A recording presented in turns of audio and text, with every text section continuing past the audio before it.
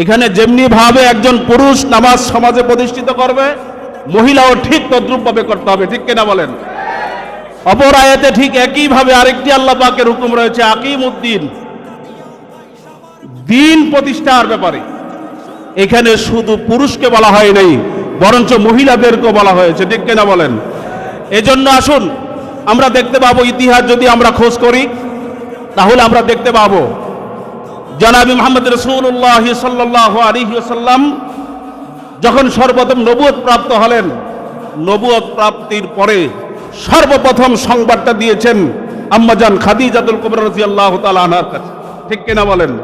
এবং আম্মাজান খাদিজাতুল কুবরা রাদিয়াল্লাহু তাআলা আনহা এই ব্যাপারে সর্বদিক থেকে সর্বপ্রথম যে সাহস জুগিয়েছেন, ইসলামের সর্বপ্রথম নারী, ইসলামের জন্য উপকারী একজন নারী ছিলেন উম্মাহাতুল মুমিনিন আম্মাজান খাদিজাতুল কুবরা রাদিয়াল্লাহু তাআলা আনহা। আমরা যদি ইতিহাস তালাশ করি দেখতে পাবো আম্মাজান খাদিজাতুল কুবরা রাদিয়াল্লাহু তাআলা আনহা অর্থনৈতিক দিক থেকে আল্লাহর হাবিবকে এমন ভাবে পিছন দিক থেকে ডাল হিসাবে তিনি ছিলেন যা অকল্পনীয়, ইতিহাসে স্মরণীয়, ঠিক কিনা বলেন? আম্মাজান খাদিজাতুল কুবরা রাদিয়াল্লাহু তাআলা আনহার ব্যাপারে প্রায় সময় তার বিভিন্ন স্ত্রীদের কাছে, এমনকি উম্মাহাতুল মুমিনিন আম্মাজান আয়েশা সিদ্দিকা রাদিয়াল্লাহু তাআলা আনহার কাছে প্রায় সবাই তার কথা স্মরণ করতেন এবং বলতেন, তার প্রশংসার কথা বলতেন।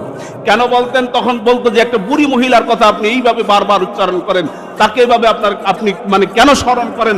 তখন তিনি আশ্চর্য হয়ে যেতেন এবং চোখের পানি ছেড়ে দিতেন, বা মরণ পর্যন্ত আল্লাহর হাবিব সরকারে দো আলম নবী মুহাম্মদ রাসূলুল্লাহ সাল্লাল্লাহু আলাইহি ওয়াসাল্লাম আম্মাজান খাদিজাতুল কুবরার নাম ধরে ধরে দোয়া করেছেন, এমনকি তার নামে দান সাদকা করেছেন।